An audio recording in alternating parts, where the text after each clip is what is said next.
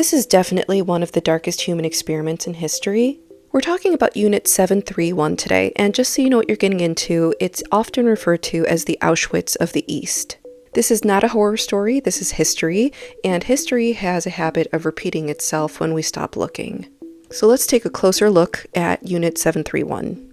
Reminder, I cover a lot of dark stuff on this page, and this story is particularly disturbing. Severe discretion is advised, but follow along if you want to hear more.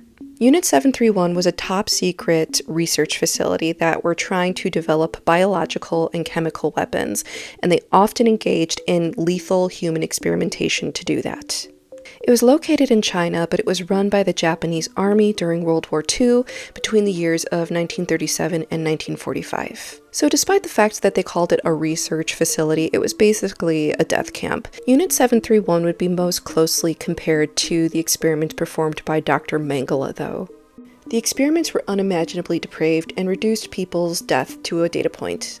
Like, to test frostbite, they would deliberately freeze limbs off of people and then just smash them off. They deliberately inject people with diseases like various venereal diseases, anthrax, cholera, even the bubonic plague.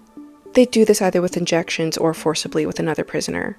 Vivisections on live, conscious people were commonplace, to the point where they had jars filled with various parts of people all over the camp. Women were forced to get pregnant either by other prisoners in the camp or by the systemic assay perpetrated by the staff inside the compound, and then they were experimented on or dissected alive. Truth is, Unit 731 was a bloodbath. You'd think that Count Orlok was running the place. It was not. It was run by this man and some of the country's elite doctors. They experimented on all kinds of people, men, women, children, even babies. They also built biological weapons, like they poisoned wells, infected foods, and they dropped food over Chinese towns infected with the bubonic plague. Unit 731's death toll is estimated between 200 and 500,000. And in the final moments of World War II, when Japan saw that they were losing the war, all the prisoners were executed, the facility was burned, and the truth was buried.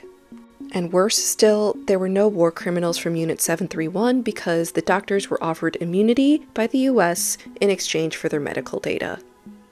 Unit 731 was nothing but a sadistic scientific indulgence, an enormous miscarriage of justice, and it shows what happens when science loses its soul.